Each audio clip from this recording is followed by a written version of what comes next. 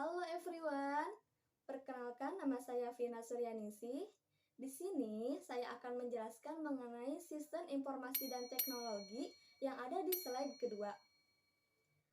Teknologi adalah hasil rekayasa manusia terhadap proses penyampaian informasi dari bagian pengirim ke bagian penerima, sehingga penyampaian informasi tersebut akan lebih cepat, lebih luas penyebarannya, dan lebih lama penyimpanannya. Sedangkan sistem informasi teknologi adalah aplikasi komputer untuk mendukung proses operasi dari suatu organisasi ataupun dari suatu perusahaan yang dapat berupa instalasi, dapat berupa sistem operasi, dapat berupa perangkat lunak maupun perangkat keras, dan dapat juga berupa pengolahan data. Keduanya ini antara sistem informasi dan sistem teknologi sama-sama bergerak di pengolahan informasi. Sistem informasi ini tersusun karena adanya teknologi informasi. Artinya, apabila sistem informasi maupun teknologi ini salah satunya mengalami kendala ataupun gangguan, maka si sistem informasinya juga akan mengalami gangguan ataupun net responding dalam pengolahan pengerjaannya. Ada 4 tujuan dari sistem informasi dan teknologi informasi. Poin yang pertama yaitu meningkatkan tingkat efisiensi dan efektivitas dari perusahaan. Efektivitas di sini artinya suatu ukuran yang menggambarkan sejauh mana sih perusahaan ini dapat mencapai sasaran atau target dari si perusahaan tersebut. Apabila semakin tinggi dan semakin besarnya tingkat input atau masukan penghematan yang dikeluarkannya, maka semakin tinggi pula tingkat efektivitas dan efisiensi dari perusahaan tersebut.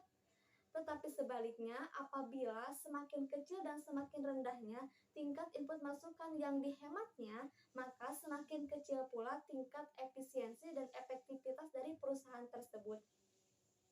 Yang kedua yaitu pengambilan keputusan oleh manajerial. Keputusan di sini diambil dalam rangka menyelesaikan masalah. Seorang manajer berhak mengambil keputusan untuk menyelesaikan masalah dari anggotanya atau dari pekerjaan tersebut. Nah, keputusan ini dapat bersifat keputusan yang strategis, keputusan yang taktis, dan keputusan operasional, sehingga manajer dapat mengetahui bagaimana sih kondisi keuangan, bagaimana sih kondisi sumber dayanya, bagaimana sih kegiatan operasional yang sedang berlangsung di perusahaan tersebut. Yang ketiga, ada kerjasama tim atau teamwork. Artinya, ada satu penyelesaian masalah atau pekerjaan dan tim yang bergabung dalam himpunan tersebut harus membagi bebannya untuk tujuan yang sama. Maksudnya beban di sini itu dibagi sama rata dan untuk mencapai tujuan yang sama. Misalnya ada Pina misalnya mendapatkan masalah atau pekerjaan ada tugas. Terus Pina tidak bisa menyelesaikannya, maka teman yang ada di anggota tim tersebut harus bisa membantu Pina karena kan ini kerjasama tim, artinya yang lain bisa membantu demi anggotanya juga berhasil dalam menyelesaikan masalahnya.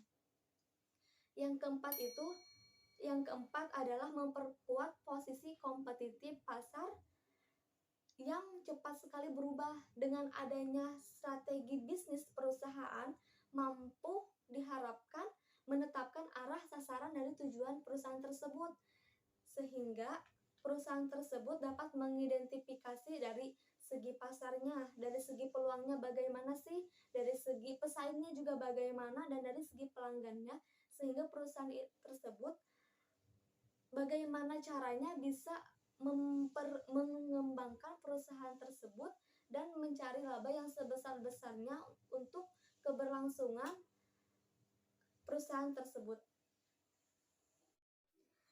Ada 3 hal penting dalam sistem informasi teknologi. Yang pertama adalah tim pengembangan produk, yang kedua adalah transaksi dukungan e-commerce, dan yang ketiga adalah aktivitas bisnis lainnya. Poin pertama kan tim pengembangan produk. Artinya mereka yang bertanggung jawab yang diamanati oleh perusahaan untuk mengembangkan produk yang sudah ada maupun produk baru sehingga kebutuhan si pelanggannya ini dapat terpenuhi oleh perusahaan. Yang kedua adalah dukungan transaksi e-commerce, artinya perusahaan ini menyediakan suatu transaksi jual beli yang dilakukan oleh penjual maupun pembeli secara elektronik, yang dilakukan oleh si penjual maupun si pembeli secara elektronik dengan bantuan komputer sebagai perantara transaksinya. Dan yang ketiga adalah aktivitas bisnis lainnya, artinya si perusahaan ini menyediakan jasa mendistribusikan barang dari produsen ke konsumen, seperti misalnya yang dilakukan oleh perusahaan pariwisata, perusahaan transportasi, di mana kegiatannya ini dapat kita jumpai di kehidupan sehari-hari.